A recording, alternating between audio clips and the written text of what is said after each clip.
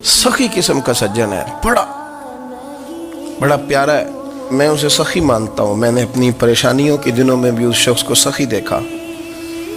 एक दिन रात को मुझे टेलीफोन करके कहने लगा, किधर हो? मैंने कहा मैं घर हूँ। नहीं, अक्सर सफ़र में होते हो ना?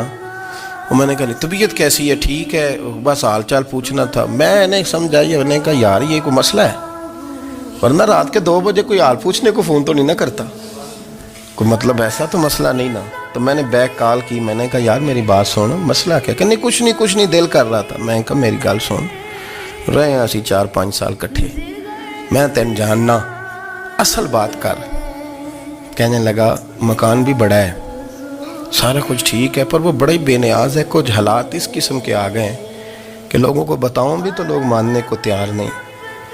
ज़्यादा नहीं, मुझे ना थोड़े से पैसों की ज़रूरत है, को 15-20 हज़ार अगर मिल जाएं, मेरी ज़रूरत। आप यकीन करें, मैं रोता रहा सारी रात। मैंने कहा मेहरबाना तेरा किस तरह करांगे, इससे लेके ज़माना इस्तेमाल करता था, पर बेपरवाही वेख ना सज्जड़ दी, जिथे किसे दी पेश ना जावे, उन्हें ताजा वाले दर दर रोले ते मंगते तख्त बिठावे। सजना किसे नू कारा मिल दई, कोई काबे खाली आवे। वल्लाहु खैरुर राज़िकीन, कहते तू दाएं बाएं ना जा, रिस्क तो तुझे मैं दूंगा।